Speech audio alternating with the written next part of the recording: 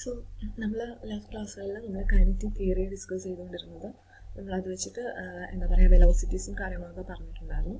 അപ്പോൾ ഇനി അതിനകത്ത് ജസ്റ്റ് ഒരു പോയിന്റ് കൂടെ ആഡ് ചെയ്യണം. അതായത് kinetic energy, average kinetic energy of molecule and mole. Okay, ഒരു മോളിക്യൂളിൻ്റെ average kinetic energy, average kinetic energy of a molecule. ഒരു സിംഗിൾ മോളിക്യൂളിൻ്റെ ആവറേജ് കൈനറ്റിക് എനർജിക്കുള്ള ഇക്വേഷൻ ജസ്റ്റ് ഒരു ഇക്വേഷൻ നോക്കി വെച്ചിട്ടുണ്ടായിരുന്നത് 3/2 kT എന്നുള്ളതാണ്. ഓക്കെ, 3/2 kT ആണ് ഒരു മോളിക്യൂളിൻ്റെ kinetic energy, average kinetic energy എന്ന് പറയുന്നത്. കെ എന്ന് പറയുന്ന ബോൾട്സ്മാൻസ് കോൺസ്റ്റന്റ്, ടി എന്ന് പറയുന്നത് ടെമ്പറേച്ചർ.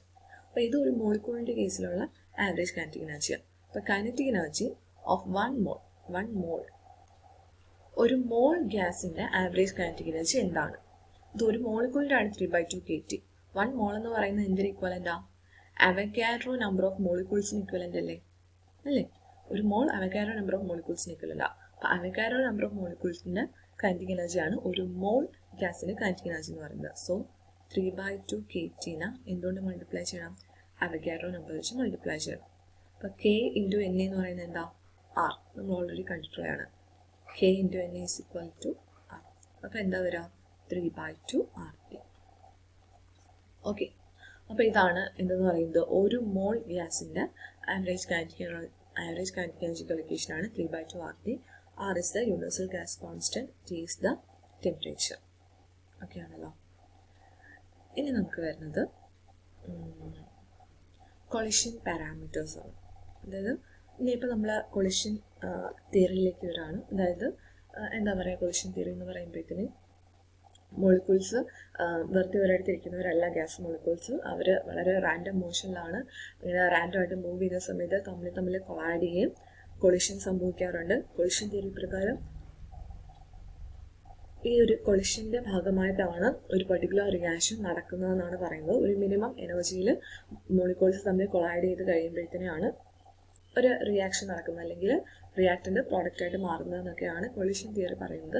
അപ്പോൾ അതിനകത്ത് ഈ കൊളിഷനുമായിട്ട് റിലേറ്റ് ചെയ്തിട്ടുള്ള ചില പാരാമീറ്റേഴ്സാണ് നമ്മൾ ഡിസ്കസ് ചെയ്യുന്നത്, കൊളിഷൻ പാരാമീറ്റേഴ്സ്. അപ്പോൾ അതിൽ ആദ്യത്തെ പാരാമീറ്ററാണ് കൊളിഷൻ ഡയമീറ്റർ എന്ന് പറയുന്നത്. ഓക്കെ, കൊളിഷൻ ഡയമീറ്റർ എന്താണെന്ന് ചോദിച്ചു കഴിഞ്ഞാൽ നമ്മൾ ഈ കൊളിഷൻ തിയറിയിൽ നമ്മൾ എന്താ പറയുന്നത്, നമ്മൾ മോളിക്യൂൾസിനെ നമ്മൾ ഹാർഡ് സ്ഫിയേഴ്സ്, ഇൻപെനിട്രേറ്റബിൾ ഹാർഡ് സ്ഫിയേഴ്സ് ആയിട്ടാണ് നമ്മൾ കൺസിഡർ ചെയ്യുക.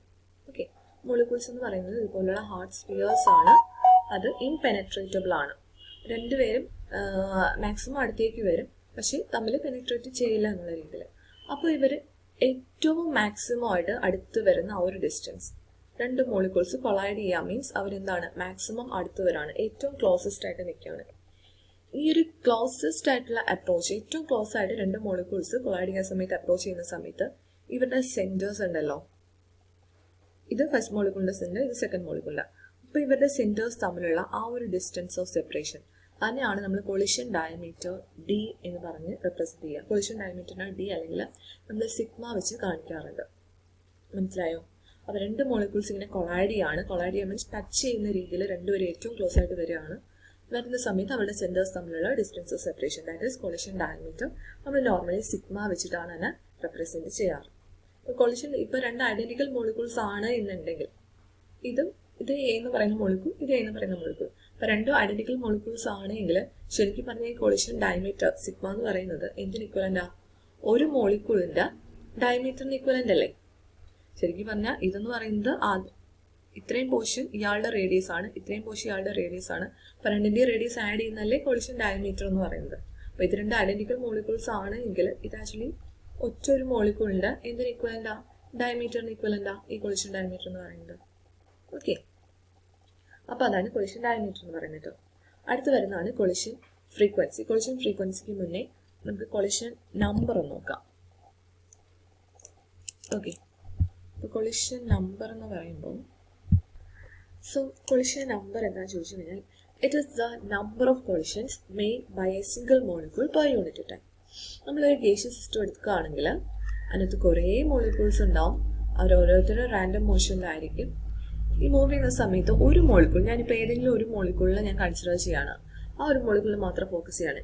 ഈ ഒരു പർട്ടിക്കുലർ മോളിക്യൂൾ യൂണിറ്റ് ടൈമിൽ എത്ര പേരുമായിട്ട് കൊളൈഡ് ചെയ്യുന്നുണ്ടല്ലോ, എത്ര പേരുമായിട്ടെന്നുള്ളതല്ല, ആകെ എത്ര കൊളിഷൻസ് നടത്തുന്നുണ്ട്. ആദ്യം ചിലപ്പോൾ ഇയാളുമായിട്ട് കൊളൈഡ് ചെയ്യും, പിന്നീട് ഇയാളുമായിട്ട് കൊളൈഡ് ചെയ്യും, അങ്ങനെ കുറേ കൊളിഷൻസ് നടത്താമല്ലോ. അപ്പോൾ ഈ ഒരു ഒറ്റൊരു മോളിക്യൂള് യൂണിറ്റ് ടൈമിൽ എത്ര കൊളിഷൻസ് നടത്തുന്നുണ്ട് അതിനെയാണ് നമ്മൾ കൊളിഷൻ നമ്പർ എന്ന ടേം കൊണ്ട് ഉദ്ദേശിക്കുന്നത്. Collision number. ഓക്കെ, അപ്പോൾ കൊളിഷൻ നമ്പറിനെ നമ്മൾ Z1 എന്ന് പറയുന്ന ലെറ്റർ വെച്ചിട്ട് നോർമലി ഡിനോട്ട് ചെയ്യാം. കൊളിഷൻ നമ്പർ എന്ന് പറയുന്നത് എന്താ? It is the number of collisions made by a single molecule by unit time. Unit ടൈമിൽ ഈ ഒരു മോളിക്യൂൾ ആകെ എത്ര കൊളിഷൻസ് നടത്തുന്നുണ്ടോ അതിനെയാണ് നമ്മൾ കൊളിഷൻ നമ്പർ എന്ന് പറയുന്നത്. നമ്പർ കണ്ടുപിടിക്കാനുള്ള ഒരു ഇക്വേഷൻ ഉണ്ട്. ആ ഒരു ഇക്വേഷൻ മാത്രം നിങ്ങൾ ബൈ ഹാർട്ട് ചെയ്താൽ മതി. Z1 is equal to equation ഇങ്ങനെ വരാം, പൈ സിഗ്മ സ്ക്വയർ നമ്മൾ റിലേറ്റീവ് മീൻ വെലോസിറ്റി പറഞ്ഞില്ലേ, mean relative velocity into N star എന്നോ ക്യാപിറ്റൽ എൻ എന്നോ കൊടുക്കാറുണ്ട്. അപ്പോൾ ഇത് ടേമുകൾ എന്താണെന്ന് ചോദിച്ചു കഴിഞ്ഞാൽ സിഗ്മ നേരത്തെ നമ്മൾ കണ്ടു, എന്താ? Collision diameter. അപ്പോൾ കൊളിഷൻ ഡയമീറ്റർ ആണ് സിഗ്മ എന്ന് പറയുന്നത്, അല്ലെങ്കിൽ ഒരു മോളിക്യൂളിന്റെ diameter, that is sigma, collision diameter. V എന്ന് പറയുന്നത് എന്താ? വി റിലേറ്റീവ് എന്ന് പറയുന്നത് എന്താ? അപ്പൊ ഇതെന്ന് പറയുന്നത് മീൻ റിലേറ്റീവ് വെലോസിറ്റി ആണ്. മീൻ അല്ലെങ്കിൽ ആവറേജ് റിലേറ്റീവ് വെലോസിറ്റി. ആവറേജ് അല്ലെങ്കിൽ മീൻ റിലേറ്റീവ് വെലോസിറ്റി ആണ് ഇത്. എൻ സ്റ്റാർ എന്ന് ഉദ്ദേശിക്കുന്നത് നമ്പർ ഡെൻസിറ്റി, മോളിക്യൂളിന്റെ നമ്പർ ഡെൻസിറ്റി. മോളിക്യൂളിന്റെ നമ്പർ ഡെൻസിറ്റി എന്താണെന്ന് ചോദിച്ചു കഴിഞ്ഞാൽ number of molecules per unit volume. Unit വോളിയത്തിൽ ആകെ എത്ര മോളിക്യൂൾസ് പ്രസന്റ് ആയിട്ടുണ്ട് അതിനെയാണ് നമ്മൾ നമ്പർ ഡെൻസിറ്റി എന്നുകൊണ്ട് ഉദ്ദേശിക്കുന്നത്. മാസ് ഡെൻസിറ്റി പറയാറുണ്ട്. മാസ് എന്ന് പറയുന്നത് എന്താ? നോർമലി നമ്മൾ പഠിച്ചിട്ടുള്ള ഡെൻസിറ്റി എന്താ? Mass by volume. Actually mass density ആണ്. അതുപോലെ തന്നെയാണ് നമ്പർ ഡെൻസിറ്റി. നമ്പർ ഡെൻസിറ്റി എന്ന് പറയുമ്പോൾ number per unit volume. Unit വോളിയത്തിൽ ആകെ എത്ര മോളിക്യൂൾസ് പ്രസന്റ് ആണ്, that is number density. Number density N star നമുക്ക് എങ്ങനെ കണ്ടുപിടിക്കാൻ പറ്റും? Total number of molecules by volume of the system. നമ്മുടെ കണ്ടെയ്നറിന്റെ വോളിയം, ബി എന്ന് ഉദ്ദേശിക്കുന്നത് ഈ ഒരു കണ്ടെയ്നറിന്റെ വോളിയമാണ്. എൻ എന്ന് പറയുന്നത് ഈ ഒരു കണ്ടെയ്നറിൽ ആകെ എത്ര മോളിക്യൂൾസ് ഉണ്ട്. ഇപ്പൊ 2 മോൾസ് ഓഫ് എ ഗ്യാസ് തന്നിട്ടുണ്ടെങ്കിൽ എൻ വാല്യൂ എന്ത് വരും? 2 ഇൻറ്റു അവഗാഡ്രോ നമ്പർ വരും അല്ലെ. 2 മോൾസ് എന്നാ പറയുന്നത്. 2 മോൾസ് ഗ്യാസ് ഈ കണ്ടെയ്നറിൽ ഉണ്ട് എങ്കിൽ ടോട്ടൽ എത്ര മോളിക്യൂൾസ് വരും? 1 മോൾ എന്ന് പറയുന്നത് അവഗാഡ്രോ നമ്പർ ഓഫ് മോളിക്യൂൾസ് ആണ്. അപ്പൊ 2 into Avogadro number of molecules ആണ് ടോട്ടൽ നമ്പർ ഓഫ് മോളിക്യൂൾസ്. ഈ ഒരു കണ്ടെയ്നറിന്റെ വോളിയമാണ് വി. ഓക്കെ, അപ്പൊ നമുക്ക് നമ്പർ ഡെൻസിറ്റി കിട്ടും. അപ്പൊ ഇതാണ് നമ്മൾ എന്തിനു വേണ്ടി യൂസ് ചെയ്യുന്നത്? കൊളിഷൻ നമ്പർ കണ്ടുപിടിക്കാൻ വേണ്ടിയിട്ട് യൂസ് ചെയ്യുന്ന ഇക്വേഷൻ. ദെൻ ഇതിനകത്ത് ഇതെന്ന് പറയുന്നത് എന്താ? മീൻ റിലേറ്റീവ് വെലോസിറ്റി അല്ലേ. അപ്പൊ മീൻ റിലേറ്റീവ് വെലോസിറ്റിനെ ആവറേജ് വെലോസിറ്റിനെ റിലേറ്റ് ചെയ്ത് നമ്മൾ പഠിച്ചിട്ടുണ്ട് ഒരു ഇക്വേഷൻ. നമ്മൾ എന്താ കണ്ടത്? Mean relative velocity is equal to √2 into v1 average velocity അല്ലേ. √2 ഇൻറ്റു ആവറേജ് വെലോസിറ്റി ആണ് മീൻ റിലേറ്റീവ് വെലോസിറ്റി എന്ന് പറയുന്നത്. അപ്പം മീൻ റിലേറ്റീവ് വെലോസിറ്റിക്ക് പകരം എന്ത് ചെയ്യാം? ഈ ഒരു വാല്യൂ സബ്സ്റ്റിറ്റ്യൂട്ട് ചെയ്യാം. അപ്പം എന്ത് വരും? Z1 is equal to pi √2 pi sigma square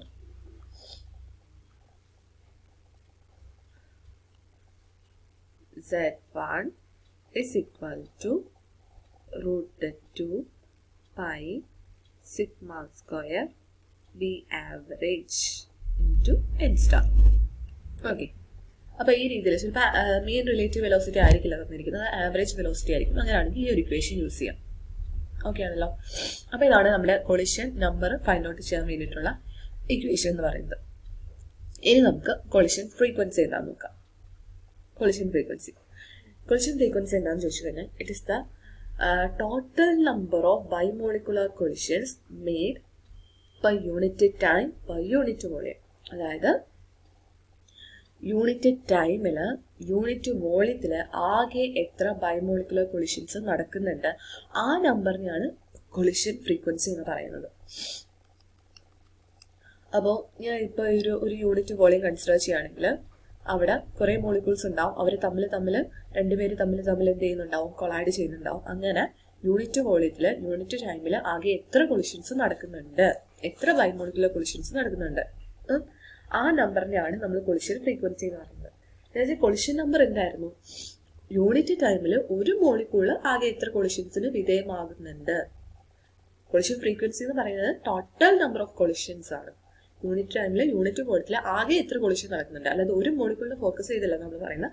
ആകെ എത്ര ബൈമോളിക്കുലർ കൊളിഷൻസ് നടക്കുന്നുണ്ട്, ആ നമ്പറാണ് കൊളിഷൻ ഫ്രീക്വൻസി എന്ന് പറയുന്നത്. ഇതിനെ നമ്മൾ Z11 എന്ന് പറയുന്ന ലെറ്റർ വെച്ചിട്ടോ അല്ലെങ്കിൽ Z12 എന്ന് പറയുന്ന ലെറ്റർ വെച്ചിട്ടോ ആണ് ഡിനോട്ട് ചെയ്യുന്നത്. Z11 ലെറ്റർ കാണിക്കുന്നത് എന്താണെന്ന് ചോദിച്ചു കഴിഞ്ഞാൽ കൊളൈഡ് ചെയ്യുന്ന രണ്ട് മോളിക്യൂൾസും ഐഡന്റിക്കൽ ആണെന്ന് വിചാരിച്ചു. അതായത് എ എന്ന് പറയുന്ന മോളിക്യൂൾസ് തമ്മിലാണ് അങ്ങോട്ടും ഇങ്ങോട്ടും കൊളൈഡ് ചെയ്യുന്നത്. അപ്പോൾ ഒരു ടൈപ്പ് മോളിക്യൂൾസ് അല്ലേ തമ്മിൽ കൊളൈഡ് ചെയ്യുന്നത്. അങ്ങനെയാണെങ്കിൽ കൊളിഷൻ ഫ്രീക്വൻസി കാണിക്കുന്ന ടേമാണ് Z11. ഇനി നമ്മുടെ സിസ്റ്റത്തിൽ എ എന്നും ബി എന്നും പറയുന്ന രണ്ട് ഡിഫറെന്റ് ഗ്യാസ് മോളിക്യൂൾസ് ഉണ്ടെങ്കിൽ ഈ രണ്ട് ഡിഫറെന്റ് ഗ്യാസ് മോളിക്യൂൾസിന് ഇടയിലുള്ള കൊളിഷൻ കാണിക്കുന്ന term that is Z12. Okay, അപ്പോൾ ഡിനോട്ടേഷൻ അതാണ് കാണിക്കുന്നത്. അപ്പോൾ ഈ കൊളിഷൻ എന്താ പറയുക ഫ്രീക്വൻസി കണ്ടുപിടിക്കാനുള്ള ഒരു ഇക്വേഷൻ ഉണ്ട്, അത് നമുക്ക് നോക്കാം. Z11 അതായത് കൊളൈഡ് ചെയ്യുന്നത് രണ്ടും ഐഡന്റിക്കൽ മോളിക്യൂൾസ് ആണ് എങ്കിൽ എന്തായിരിക്കും ഇതിന്റെ കൊളിഷൻ ഫ്രീക്വൻസികൾ ഇക്വേഷൻ. കൊളിഷൻ ഫ്രീക്വൻസികൾ ഇക്വേഷൻ എങ്ങനെ വരാം? 1/2 into Z1 n star. 1/2 into Z1 എന്ന് പറയുന്നത് ഇതാ കൊളിഷൻ നമ്പർ ആയിരുന്നു, n star എന്ന് പറയുന്നത് എന്താ നമ്പർ ഡെൻസിറ്റി ആണ്. അപ്പോൾ 1/2 into Z1 n star equal to 1/2 into Z1 നമ്മൾ നേരത്തെ ഒരു ഇക്വേഷൻ പഠിച്ചായിരുന്നല്ലോ, എന്തായിരുന്നു അത്? √2 pi sigma square the average velocity into n star.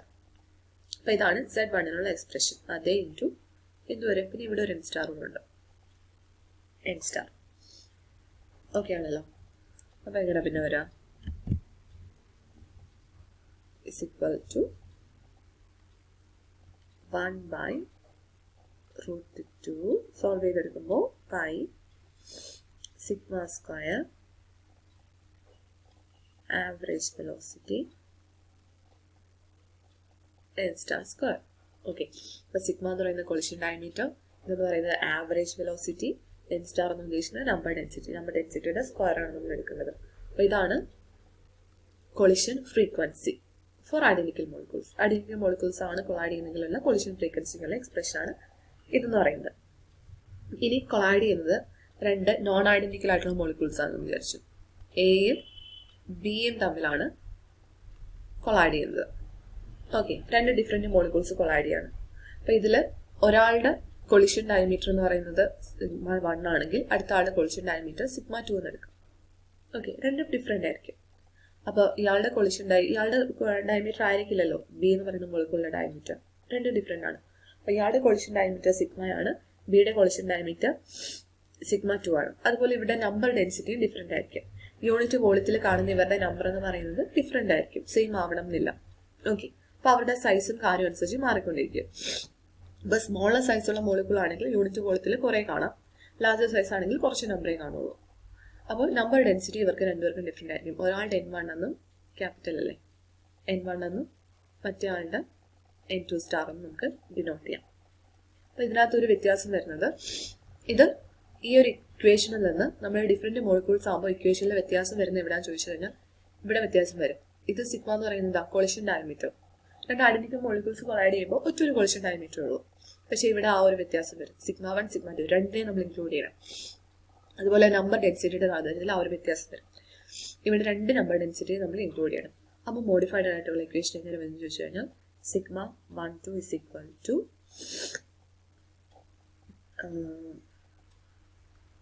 Pi, ഞാൻ ഫൈനലി സോൾവ് ചെയ്ത ഇക്വേഷൻ ആണ് എഴുതുന്നത്, പൈ സിഗ്മ 1 2 സ്ക്വയർ.